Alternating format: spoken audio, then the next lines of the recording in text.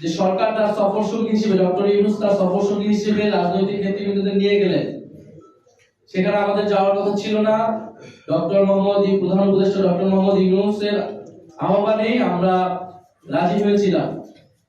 সেখানে তাদের সম্পূর্ণ নিরাপত্তা এবং সম্মান নিশ্চিত করার দায়িত্ব ছিল সরকার এবং প্রশাসনের, সেটি করতে তারা ব্যর্থ হয়েছে। দ্বিতীয়ত, এটি কোনো বিচ্ছিন্ন ঘটনা নয়। আওয়ামী লীগ, ফ্যাসিস্ট আওয়ামী লীগ যে নানা তৎপরতা দেশে এবং বিদেশে করতেছে,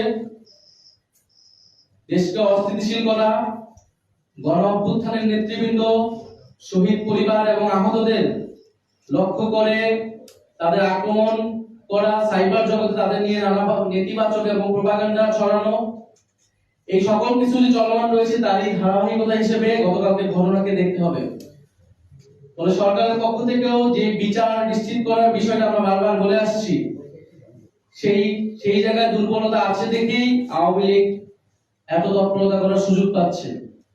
কারণ আমরা দেখেছি ট্রাইব্যুনালের বাইরে যে সাধারণ কোর্টে মামলাগুলো হয়েছে সেখানে জামিন দিয়ে দেওয়া হচ্ছে এবং অনেক আসামিরা জামিন পেয়ে পরবর্তীতে পালিয়ে যাচ্ছে। অনেক এলাকায় আওয়ামী লীগের লোকেরা ছাড়া পেয়ে প্রকাশ্যে চলাফেরা করছে এবং শহীদ পরিবারদেরকে হুমকি দিচ্ছে। বৈষম্যবিরোধী ছাত্র আন্দোলন এবং জুলাইয়ে যারা আহত হয়েছিল তাদেরকে হুমকি দিচ্ছে। অনেক জায়গায় হামলার ঘটনা আমরা দেখেছি।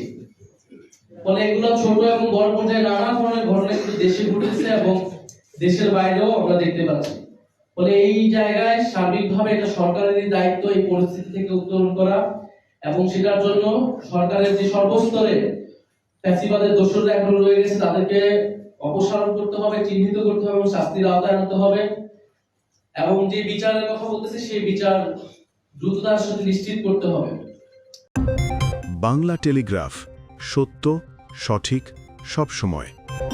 www.banglatelegraph.com